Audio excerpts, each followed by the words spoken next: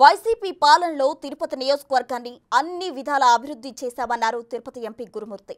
సంక్షేమంతో పాటు అనేక పరిశ్రమలు తీసుకురావడానికి సీఎం కృషి చేశారని తెలిపారు. ఈ నెల 27 ప్రారంభమయ్యే మేమంతా సిద్ధం యాత్రకు సై అంటున్న ఎంపీ గురుమూర్తితో మా ప్రతినిధి దామోదర్ ఫేస్ టు ఫేస్.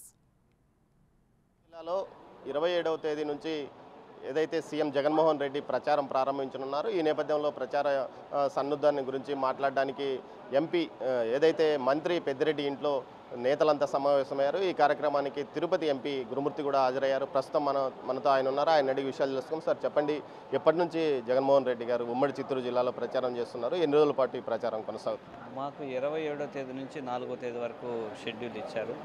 దీని ప్రకారం మేమంతా సిద్ధం అనే కార్యక్రమానికి మా అధ్యక్షులు గౌరవ ముఖ్యమంత్రి వర్యులు జగన్మోహన్ రెడ్డి సారు వస్తున్నందుకు సో కేడర్ అంతా కూడా ఉత్సాహంగా ఎదురు చూస్తుంది మా నాయకుడిని కలవడం కోసం.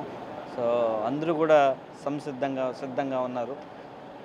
రాబోయే ఎలక్షన్లో జగన్మోహన్ రెడ్డి గారిని అత్యధిక మెజారిటీతో అత్యధికమైనటువంటి సీట్లు ఇచ్చి మళ్ళా ముఖ్యమంత్రిగా చేయడం కోసం దానిలో భాగంగా మా కార్యకర్తలందరూ కూడా ఆల్రెడీ ఎలక్షనీరింగ్లో కానీ ఆల్రెడీ ఆ ప్రజల్ని ఉత్తేజపరచడంలో కానీ మొత్తం అన్ని రకాలుగా సిద్ధంగా ఉన్నారు.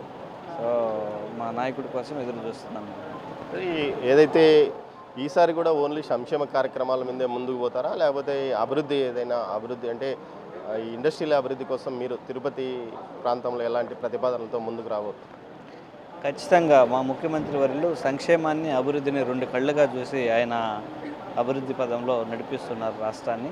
అలాగే సంక్షేమాన్ని పరుగులు పెట్టిస్తున్నారు.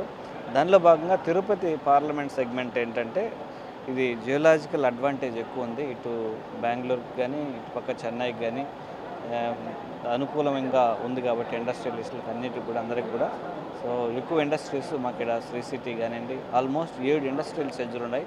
ఇప్పటికే దాదాపుగా 128 మెగా ఇండస్ట్రీస్ ఉన్నాయి. సో తద్వారా ఎక్కువ ఇక్కడి నుంచి వ్యాపార వాణిజ్యం జరుగుతూ ఉన్నాయి. సో అది ఇంకా కూడా ఇప్పుడు పోర్ట్లు కూడా బాగా అందుబాటులోకి వస్తున్నాయి కాబట్టి సిటీ బాగా అందుబాటులోకి వస్తుంది. ఇక్కడే మన జిందాల్ స్టీల్స్ కూడా పెడుతున్నారు. ఒక 7,800 కోట్లు ఇన్వెస్ట్ చేయబోతున్నారు. ఆల్రెడీ వాళ్ళు పవర్ ప్లాంట్ కూడా పర్చేజ్ చేశారు. గ్రాసిమ్ ఇండస్ట్రీస్ కూడా తమ ఉత్పత్తుల్ని ప్రారంభించడానికి సంసిద్ధంగా ఉండి పనులు ప్రారంభించింది. అలాగే డైకిన్ మొన్నే ఉత్పత్తులు ఇవన్నీ మేము టీడీపీ వాళ్ళు మేము తెచ్చినవే వాటినే మీ కొనసాగించలేక ఎన్నికి పంపిస్తున్నారని ఒక ప్రచారం కూడా చేస్తున్నాం. అవన్నీ ఏదో బురద జల్లాలని చేసే కార్యక్రమం.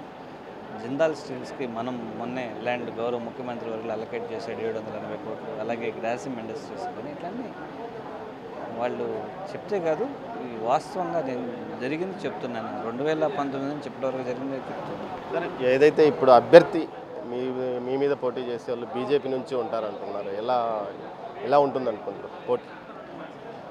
ఎలాగా లేదంటే వైఎస్ఆర్ కాంగ్రెస్ పార్టీనే విజయం సాధించబోతుంది. ఎందుకంటే గౌరవ ముఖ్యమంత్రి వర్యులు జగన్మోహన్ రెడ్డి గారి మీద ఉన్న నమ్మకం ప్రజలకు, ఆయన చెప్పిన మాట తప్పకుండా అన్ని సంక్షేమ కార్యక్రమాలు కానీ అభివృద్ధి కార్యక్రమాలు చేస్తారనే నమ్మకం గౌరవ ముఖ్యమంత్రి వర్యుల మీద ఉంది కాబట్టి ప్రజలందరూ ఆయన పక్షాన ఉన్నారు. 27వ తేదీ నుంచి రాయలసీమ జిల్లాలో 4వ తేదీ వరకు బస్సు యాత్ర జరుగుతుందని, ఇందులో ముఖ్యమంత్రి జగన్మోహన్ రెడ్డి మొత్తం రాయలసీమలోని 4 జిల్లాల్లో తన పర్యటన ముగించుకొని ఆ తర్వాత నెల్లూరు జిల్లాకు వెళ్తారని ఎంపీ గురుమూర్తి అంటున్నారు. కెమెరా పర్సన్ పురుషోత్తంతో దామోదర్, తిరుపతి నుంచి.